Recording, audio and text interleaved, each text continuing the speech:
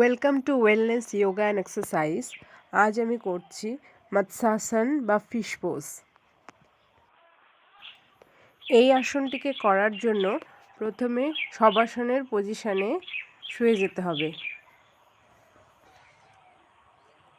এরপর ধীরে ধীরে বাঁ হাত দিয়ে ডান পাকে এবং ডান হাত দিয়ে বাঁ পাকে ভাঁজ করে হাতের কনুইয়ের উপর ভর দিয়ে মাথার চাঁদি মাটিতে ঠেকাতে হবে।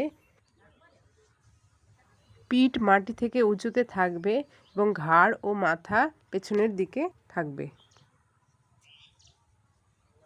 এই অবস্থায় 30 সেকেন্ড থেকে 1 মিনিট পর্যন্ত থাকতে হবে এবং আসনটি চলাকালীন শ্বাস প্রশ্বাস একদম স্বাভাবিক থাকবে।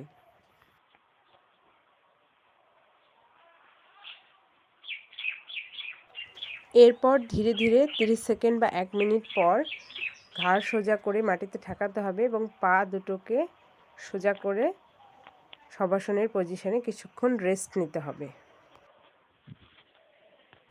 কিছুক্ষণ রেস্ট নেওয়ার পরে আবারও করছি আসনটিকে একই প্রসেসে। আসনটিকে একেবারে 3 থেকে 5 বার অভ্যেস করা উচিত, তাহলে এর ভালো ফল পাওয়া যায়।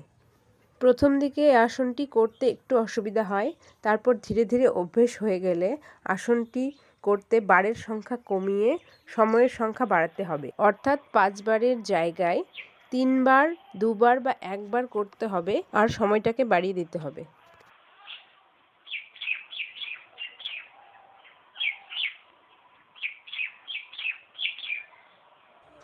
কিছুক্ষণ রেস্ট নেওয়ার পরে আবারও একবার করছি আসনটিকে।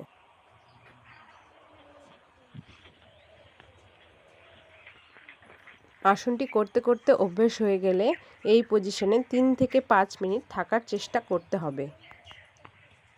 এই আসনটি নিয়মিত অভ্যেস করলে থাইরয়েড, প্যারাথাইরয়েড এবং টনসিল গ্ল্যান্ডের কর্মক্ষমতা বেড়ে যায়। ফুসফুস ভালো থাকে, সর্দি কাশি ও ব্রঙ্কাইটিসের সমস্যা অনেকটাই দূরে থাকে এবং যারা কোমরের ব্যথার সমস্যায় ভোগেন তারা এই আসনটির নিয়মিত অভ্যেসে অনেকটাই আরাম পাবেন। এরপর ধীরে ধীরে শবাসনের পজিশনে থেকে কিছুক্ষণ রেস্ট নিতে হবে এবং নিজের শ্বাস প্রশ্বাসের ওপরে সম্পূর্ণ ফোকাস করতে হবে।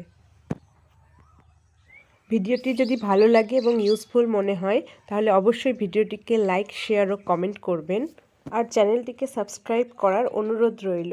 সঙ্গে পাশে থাকা বেল আইকনটি প্রেস করে দেবেন। দেখা হচ্ছে পরের ভিডিওতে। Stay healthy, happy and fit.